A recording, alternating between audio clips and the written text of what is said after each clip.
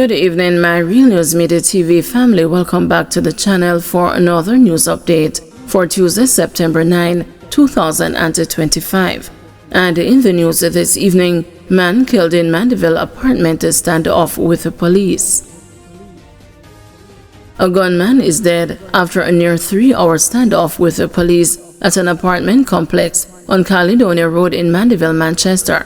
It is understood that sometime around 10 a.m. Tuesday, cops were in the vicinity of the apartment complex when a shooting occurred. Several police teams responded, including from the Manchester Police, the Area 3 Police, and the Special Weapons and the Tactics team, resulting in a standoff between the assailant and the cops. The shooting subsided shortly after 1 p.m., and the police later confirmed that the suspect was killed. He has not been identified. No members of the security forces were injured. Members of the security forces are now leaving the area while others are gathering for a meeting. Caledonia Road has been the scene of several incidents since Tuesday morning.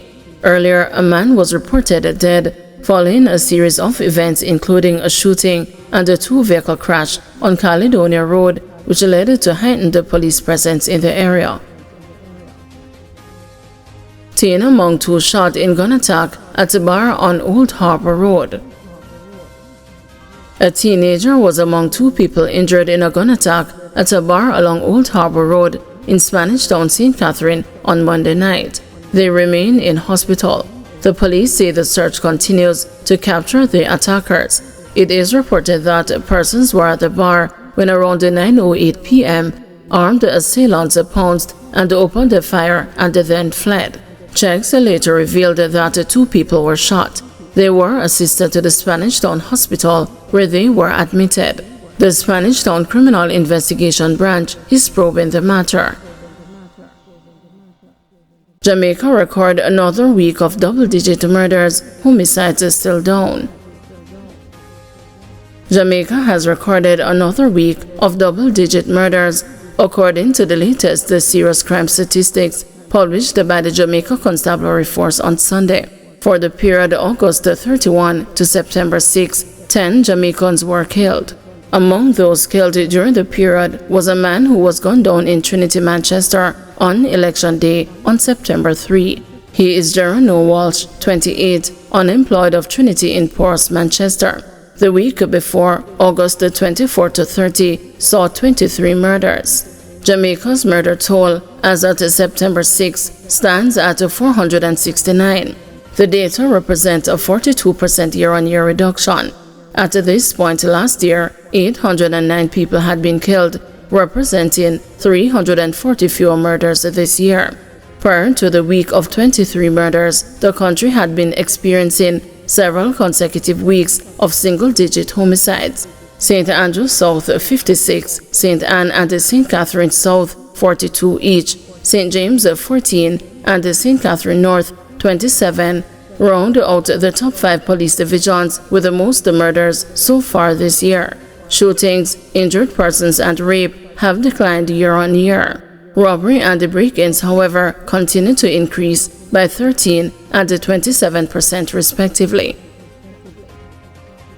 Jamaican man pleads guilty to defrauding U.S. woman in sweepstakes fraud.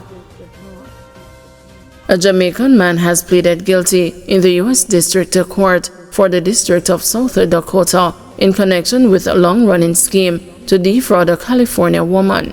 Dwayne Anderson, 35, of Hanover, pleaded guilty to a federal U.S. indictment and was extradited to the United States, where he has remained incarcerated pending trial.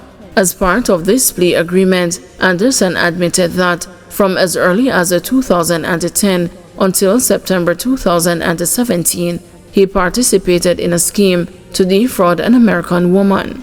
Using phony names, Anderson contacted the victim by telephone, text message, and email, and falsely informed her that she had won millions of dollars in a sweepstakes. He persuaded the victim, who believed his false representations, to send money to pay various purported fees and taxes associated with the sweepstakes. He also instructed her on how and to whom to send these payments. Anderson repeatedly contacted the victim with additional requests to pay money and told her that her winnings would be forthcoming if she paid the requested money. The victim paid the purported fees, losing more than US $181,000, but never received any of the purported winnings. The Department of Justice is committed to protecting Americans from the threats posed by transnational criminals and will vigorously pursue them wherever they are located, said Assistant Attorney General Brett Shumate of the Justice Department's Civil Division. Anderson is the latest example in the department's ongoing efforts to combat these kinds of foreign-based schemes and hold those involved accountable.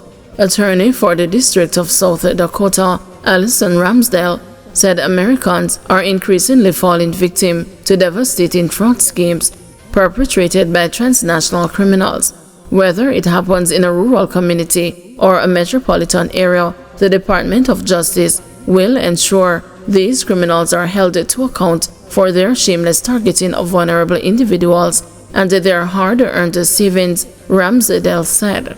Inspector-in-Charge Eric Shen of the USPIS Criminal Investigations Group said if you target vulnerable Americans with schemes designed to steal their hard-earned money, you will become our target. The U.S. Postal Inspection Service knows no boundaries when it comes to protecting our communities. We will find you, we will stop you, and we will hold you accountable. The U.S. Postal Inspection Service investigated the case, and the Justice Department's Office of International Affairs worked with law enforcement partners in Jamaica to secure the arrest and the August 2024 extradition of Anderson. U.S. officials say reporting can help authorities identify those who commit fraud, and reporting certain financial losses due to fraud as soon as possible can increase the likelihood of recovering losses. Legal battle brewing between POA Chairman Wayne Cameron and the Police Commissioner. A legal battle is brewing between Chairman of the Police Officers Association, Senior Superintendent Wayne Cameron, and the Commissioner of Police, Dr. Kevin Blake, over the directive that the position be vacated. SSP Cameron told the news on Tuesday morning that the Commissioner overstepped his authority in issuing the directive. The senior officer says this is based on the Constitution, which governs the POA. SSP Cameron said he will be meeting on Tuesday with his attorney to discuss the next steps. He declined to comment further on the matter. Dr. Blake issued a release on Monday indicating that SSP Cameron will no longer be granted audience at the High Command and is not permitted to represent the Jamaica Constabulary Force outside of official duties. The Commissioner said the High Command was concerned that reports of alleged indiscipline and misconduct by the chairman may compromise the conduct of the POA, particularly at a time when the organization is required to engage in highly technical salary and benefits negotiations with the government. Dr. Blake said reports of the executive's failure to meet to conduct the business of the POA, as well as to convene a general meeting over several years, have reinforced this position. SSP Cameron was in July 2019 elected chairman of the Police Officers Association, which represented personnel from the rank of Assistant Superintendent to Deputy Commissioner. PNP to decide on magisterial recounts.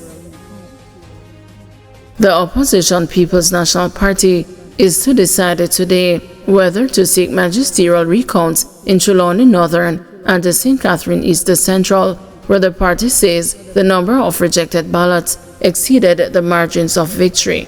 The Trelawney Northern seat was retained by incumbent Jamaica Labour Party candidate Tova Hamilton, who polled 8,185 votes, to the PNP's Dr. Wickham McNeil, who polled 7,820 votes, giving Hamilton a victory by 365 votes. Some 41.6% of eligible voters cast their ballots in the constituency. However, a PNP spokesman told the news that the number of rejected ballots was around the 500 more than the margin of victory. In St. Catherine East Central, the JLP sitting Member of Parliament, Alonda Terrelong, polled 60,364 votes to the PNP's Raymond Price, who polled 5,379 votes, giving Terrelong a victory margin of 985 votes. Some 37.8% of eligible voters turned out. The party spokesman told the news that this constituency is also being considered for a magisterial recount, as the rejected ballots numbered over 900. We will decide today if the party is going to seek magisterial recounts in North Trelawney and St. Catherine East Central, as the number of rejected ballots exceeds the margin of victory, the spokesman told the news. Over in Kingston Central, where the PNP's candidate, Steve McGregor, was declared the winner on election night, only to have that result reversed, with the JLP's Donovan Williams declared the winner following the final count. The PNP spokesman said the party's attorneys have reviewed the case, but no decision has been taken to seek a magisterial recount. I am not sure that we will seek a recount in this constituency, as the attorneys are still not convinced about overturning this result, he said. He noted that the seat is still under consideration. Williams won by a margin of 79 votes. The PNP spokesman added that the decision to seek magisterial recount depends on the reasons the ballots were rejected and whether there is a reasonable chance of overturning the result in a given constituency. Right now, I am aware that the two constituencies being looked at for magisterial recounts are North Trelawney and St. Catherine East Central, he said. There will be a meeting of all PNP election candidates tomorrow, according to the spokesman. Jamaicans went to the polls on Wednesday, September 3, and returned the JLP to a third consecutive term of government. The JLP won 35 seats to the PNP's 28. The voter turnout for the election was 39.5%. Thank you everyone for watching. See you tomorrow morning at 6 a.m. for another news update.